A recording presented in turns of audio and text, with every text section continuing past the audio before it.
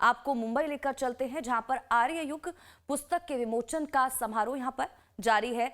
RSS प्रमुख मोहन भागवत इस दौरान क्या कुछ कह रहे हैं समारोह में, आपको सुनवाते हैं। जो बिना काम का है उसको छोड़ सकेंगे।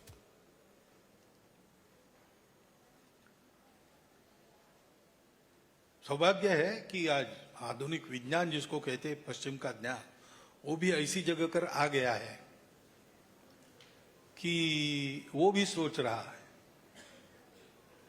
जैसे आजकल न्यूरो साइंस कहता है कि आप अपने ज्ञानेंद्रियों से जो देख रहे हो, आंख, कान, नाक आदि आदि, तो आपको तो वही दिखता है जो आपके दिमाग में सॉफ्टवेयर बना है। वो दिखता है वैसा ही होगा ऐसा नहीं है, लेकिन आप जब जब देखेंगे तब ऐसा ही दिखेगा। उदाहरणार्थ हम लोग मनुष्य है 7 रंग देख पाते हैं। मैं जानवरों का डॉक्टर हूं, मैं जानता हूं कुत्ता 2 ही रंग देखता है और मुर्गी 3 ही रंग देखती है। तो कुत्ता पूछेगा आदमी को कितने रंग, 7, वो कहेगा गलत है, दुनिया में 2 ही रंग है। अब वो भी देख रहा है, उसका भी प्रत्यक्ष है, वो अनुमान नहीं कर रहा, वो देख के बता रहा। हम भी देख के बता रहे, सत्य क्या है ये तब तक पता नहीं चलता है जब तक इस अपने भौतिक दिमाग के बंधन के परे हम जाते नहीं। और जा सकते हैं क्या, तो आधुनिक विज्ञान कहता है कि जा सकते हैं। पहले नहीं कहते थे, लेकिन अब वो नियर डेथ एक्सपीरियंस नाम की एक बात चलती है। कुछ लोग मर गए और जिंदे हो जाते हैं। तो ये क्या है, इसका अध्ययन जब किया तो उनको ध्यान में आया कि दुनिया भर के ऐसे जितने लोग हैं, उनका उन क्षणों का जिसमें वो मरे थे जिंदा होने के पहले, वो अनुभव एक ही प्रकार का है। तो फिर इसमें कुछ तथ्य है। या एक यूरी गेलर नाम के व्यक्ति थे, अभी है कि नहीं पता नहीं थे, तो ऐसा एकाग्र दृष्टि करके चम्मच को वहां रखे, चम्मच को गोल बना देते थे। तो क्या है, एक्स्ट्रा सेंसरी पावर है, ASP ऐसा बताया। अब ये तो प्रत्यक्ष हो रहा है, उसका भी अध्ययन उन्होंने किया। तो उनके ध्यान में आया कि हम जो समझते थे कि कण, मैटर यही मूल है, ऐसा नहीं है। वो कण और ऊर्जा, एनर्जी और मैटर, ये दोनों बातें जिससे निकलती है वो है कॉन्शियसनेस, हमारा बोध। और वो बोध एक शरीर तक सीमित नहीं रहता, यानी मेरा बोध अलग, आपका बोध अलग, ऐसे नहीं होता। एक बोध में हम सब अपने शरीर सहित है।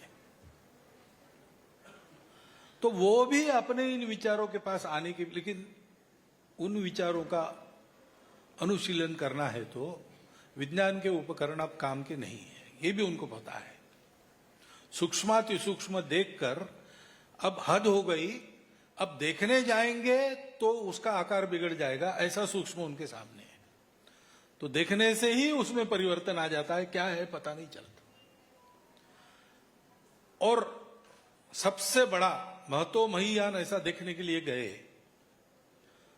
तो लाखों प्रकाश वर्ष के अंतर में से जाना पड़ता है। उसमें अपने भौतिक नियम पृथ्वी के नहीं चलते, प्रकाश सरल रेखा में जाता है, लेकिन इतने बड़े अंतर में वो घूम के वापस भी आ जाता है। तो हो सकता है कि मेरे पीछे की वस्तु मेरे आगे दिखे, और वो भी मेरे तक प्रकाश आने में 3 लाख 30 लाख प्रकाश वर्ष लगते हैं। तो अभी जो देख रहा हूं 30 लाख पुराना है, 30 लाख वर्ष, तो अभी किसी काम का नहीं।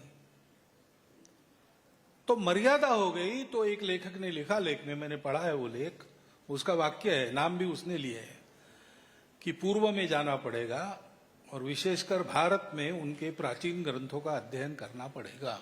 उसको 2 नाम मालूम थे, वो भी दिए उसने, पातंजल योग सूत्र, योग वासिष्ठ वगैरह। अब दुर्भाग्य ये है कि ये पश्चिम के हवाले से आपको बताना पड़ता है, तब आपकी तालियां बजती है। अपना गौरव होना चाहिए ना, अपने पास था, हमने करके दिखाया है। ये इतिहास हम भूल गए, लेकिन आप थोड़ा थोड़ा याद कर रहे हैं तो बड़ी आनंद की बात है। कि इस दिशा में आगे जाने के लिए एक बहुत अच्छा संदर्भों का भंडार इन ग्रंथों के निमित्त हमको मिल गया। मुझे नहीं लगता भारत में ऐसा कहीं उपलब्ध है। बाहर तो है नहीं, भारत में भी नहीं।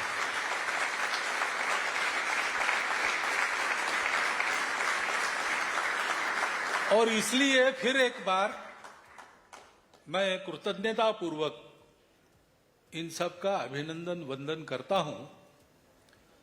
और हम लोग इतना तो कर ही सकते, आप हम, कि जो जो विद्वान लोग मिलेंगे, जो जो शोधार्थी मिलेंगे, उनको इस ग्रंथ का भंडार का आता पता बताए, जिनकी शक्ति है उनको उसको खरीदने के लिए कहे, क्योंकि वो भी चाहिए, नहीं तो काम कैसे चलेगा।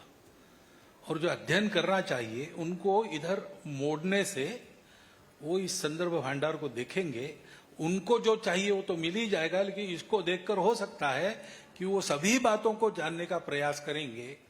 तो विद्वान लोगों के द्वारा समाज में प्रबोधन हो, इसलिए उनके पास सामग्री पहुंचाने के लिए हम अपने मुख से इसका मौखिक प्रचार कर सकते हैं।